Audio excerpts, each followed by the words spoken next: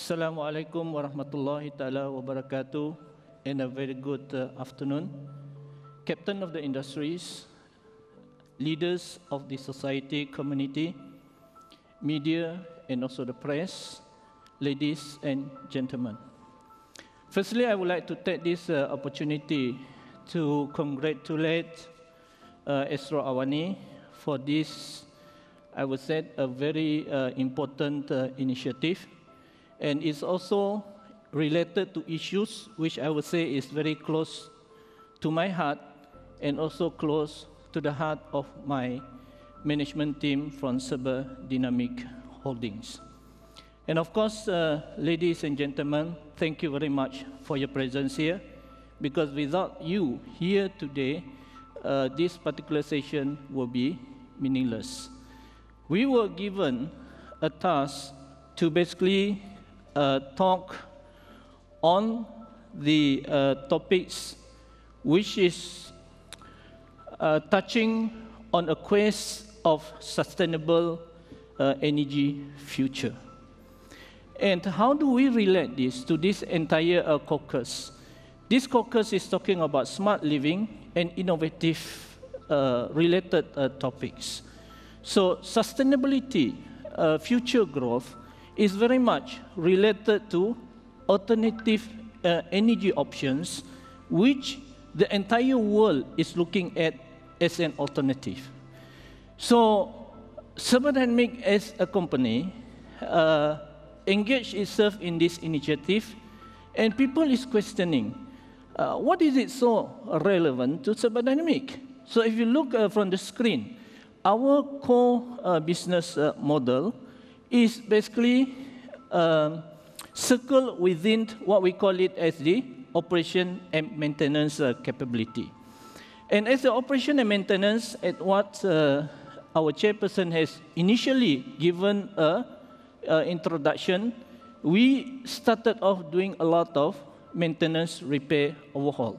So that has been our core competence.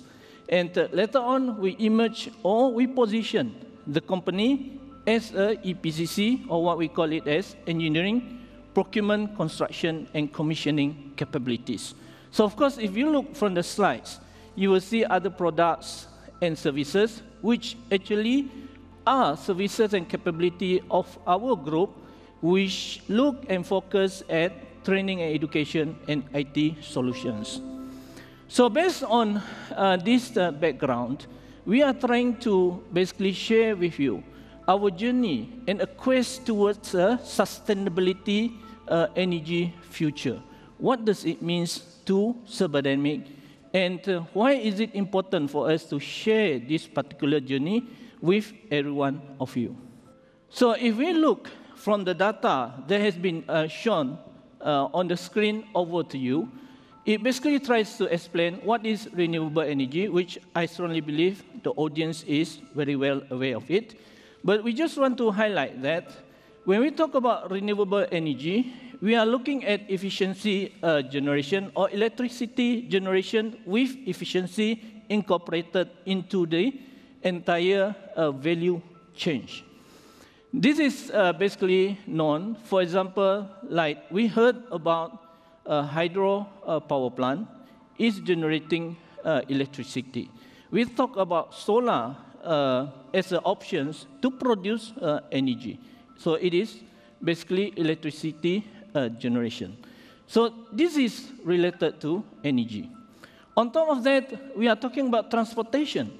So when we look at the transportation itself, it is talking about things like EV, electric vehicles, things like hydrogen fuel cell, which is used to power or to produce the electricity to power out the vehicles, which is talking about things like truck, things like buses, things like vans, saloon cars, and so on. And not least, we also try to look at renewable energy from the rural off-grid situation. So as the captain of the industry, and also the leaders of community who is in this particular hall, it is very important not to forget our contribution to those community of people who are living in the rural areas. Sometimes they are not able to get the power, especially from places like I myself coming from Sarawak. There are still a very big gap between the supply of the electricity requirements based on the population in the urban and also the suburban situation. So off-grid is important. So in this sustainable energy solution, we are looking at an options which we can offer, and we strongly believe that it can help to mitigate the big gap between the conventional kind of energy solutions and this renewable energy, which will come in to fill up the gap, or also to give as a competition to conventional energy options or solutions. So if you look at some of the data that is extracted for 2015 and 2016, is talking about a data which is basically pull out, which shows that 24.5% is the renewable energy contribution to the entire energy that is used worldwide.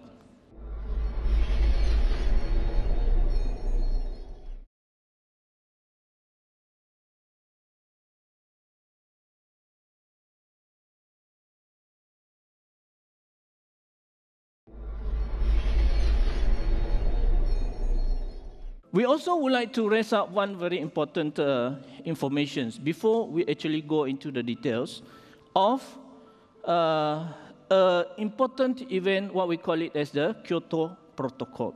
So the question now is tying up between smart living and innovation as compared to sustainability or sustainable energy future. Why is all these issues coming up and become a very strong debate and argument within the R&D space, or within the industrialists, or within the R&D professionals?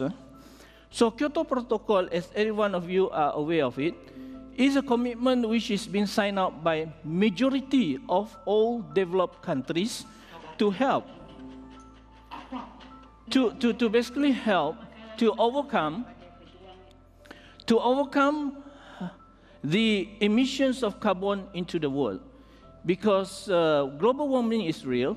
During lunchtime, I was talking to my colleagues from other parts of the world, and they're saying that if you look at what is happening now, summer in Europe, the heat wave has come and attacked a few countries, and there are deaths which has already occurred across the entire globe. And you can read it from time to time. Also, we will also cannot deny, for example, like in Greenland, recently there is about 11 million tons of iceberg that collapsed into the so-called the lake, and it created a rise up in the level of the water. Why is all this thing happening? Because scientists have proved it out that the emissions of carbon, when it has reached too high level, it basically thin up the ozone layer of the entire atmosphere, and the exposure direct the heat from the sun to the earth is reaching quite a high, extensive kind of level. So where does all these emissions of carbon comes from? It's talking about the energy that is being used in this entire world. For example, like coal-fired, gas-fired, and emissions from the vehicles and so on, and other factories which is basically emitting out all these carbon emissions into the environment. So, as a result of this, the Kyoto Protocol is a commitment from different countries. My country, Malaysia, is part of it, and they have to come up with solutions to help to reduce down these emissions of carbon into the atmosphere. So this is where we, as a corporate organization, look at it from two perspectives. Number one, We are of the opinion that Serba Dinamik has a corporate responsibility to contribute to reduce down the so-called emissions of carbon to the atmosphere. Number two, we are also responsible for our shareholders, potential investor coming into the company to be able to produce good financial returns for the investment that they have put into our organization. So based on these two prompts, we embark on quite a number of sustainable energy future options, which we will share with you shortly. In hydropower plants, I will say that very minimum emissions of carbon to the atmosphere.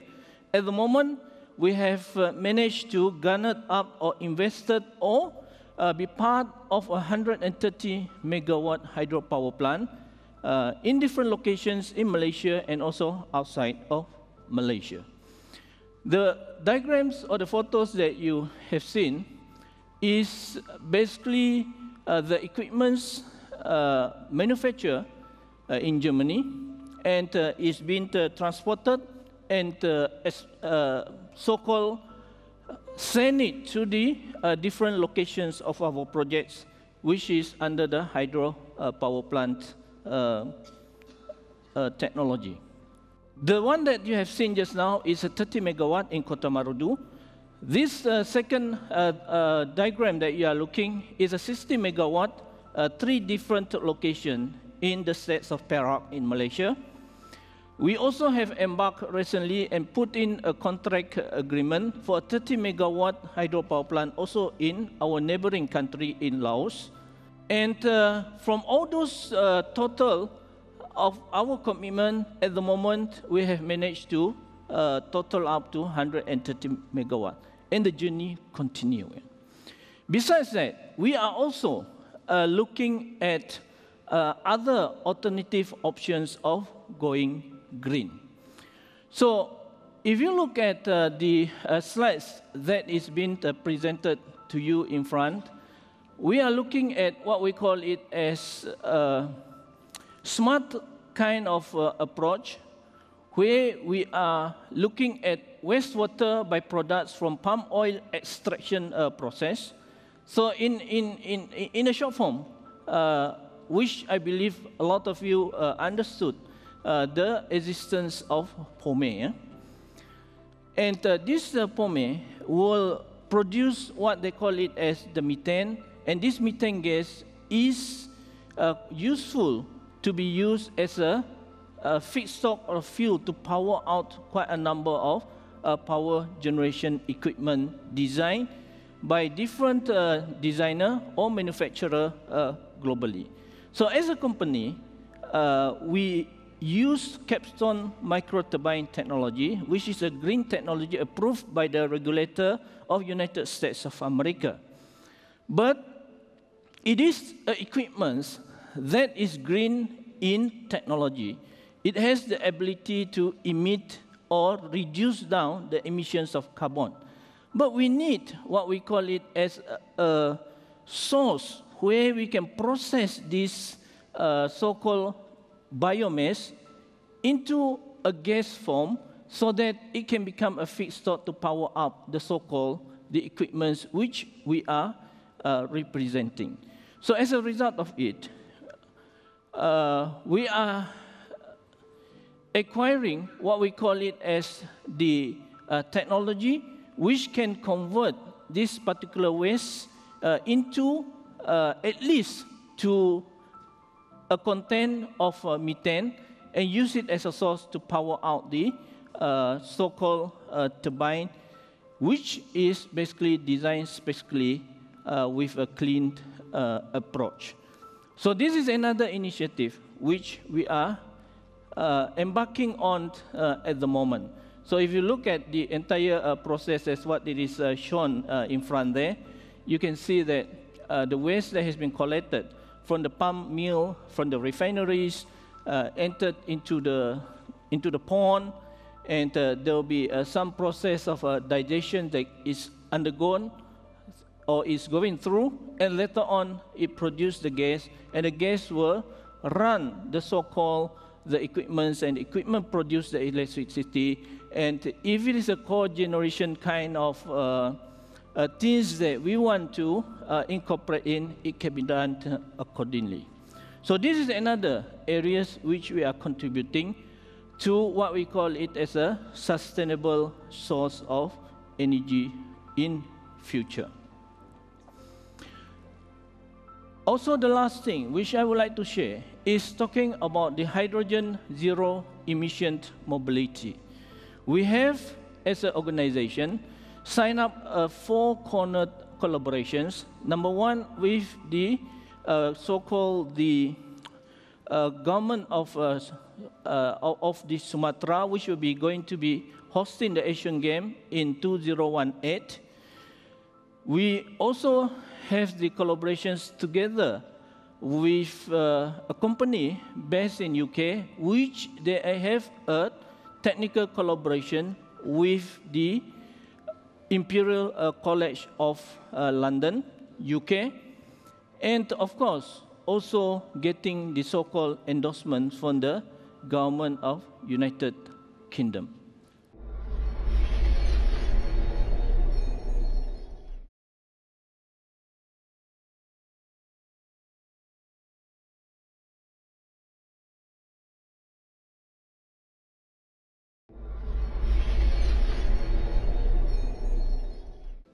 If you look from the financial commercial returns, like what I mentioned, it's, prior to this, we have the corporate responsibility.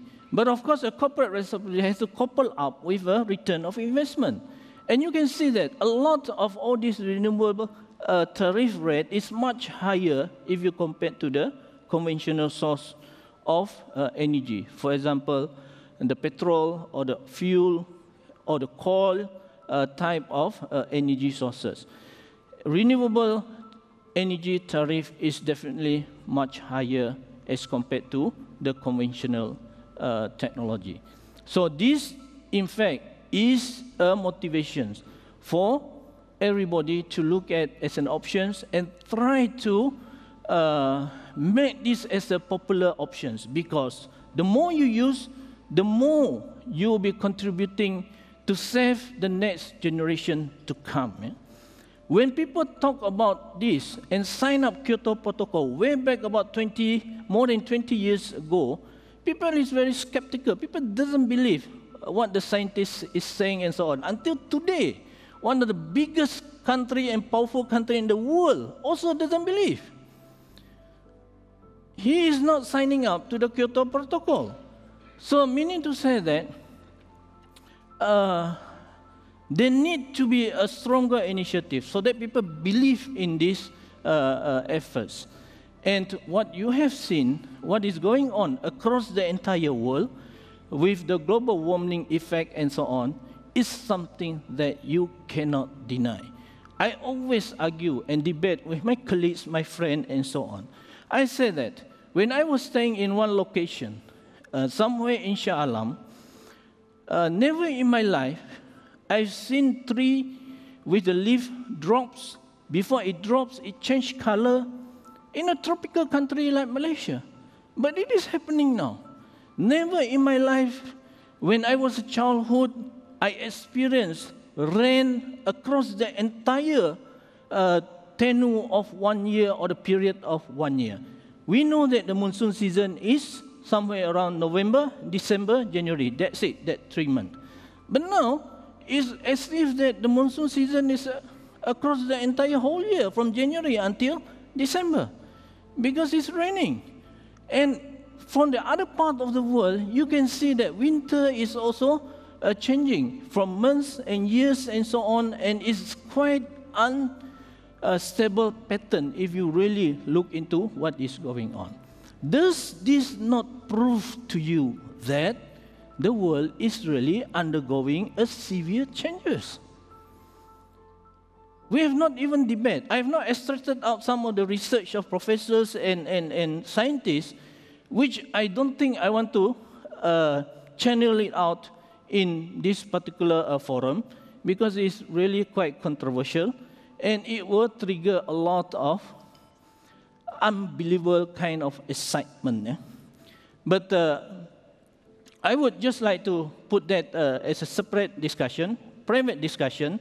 But what is important here, that we must realize and accept the reality that global warming is happening in every part of the world across the entire year that we are going through.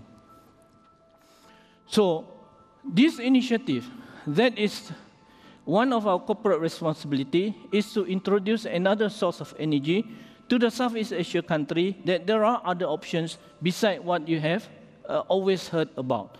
And we will support an educational journey and drive to further explain to different strata of the community, from students up to the government officers, about an options using hydrogen as a source of energy. So what is the future in Malaysia? As we have seen, Malaysia has a good mix of energy resources that includes biomass, biogas, solar, and also hydro at the moment. Yeah? Hydrogen as a source of energy is coming in. I'm very pleased when I got the news that the Sarawak government has announced that they are going to build the first hydrogen plant in Malaysia. And it will be initiated by Sarawak Energy, which is the power utility arm of the states of Sarawak.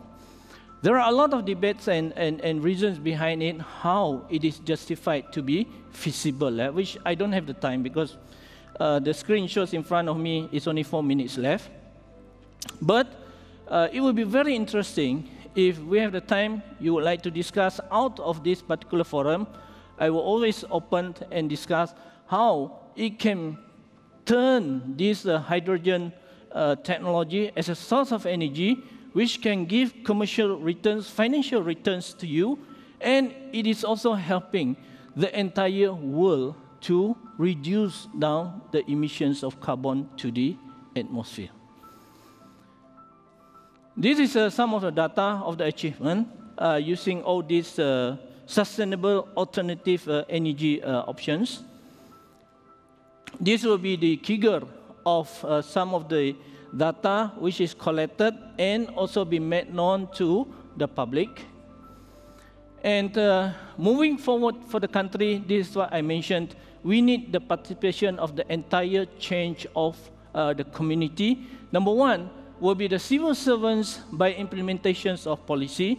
The respective government needs to come up with a policy clear enough for the other portion, the industrialists, to come in to participate.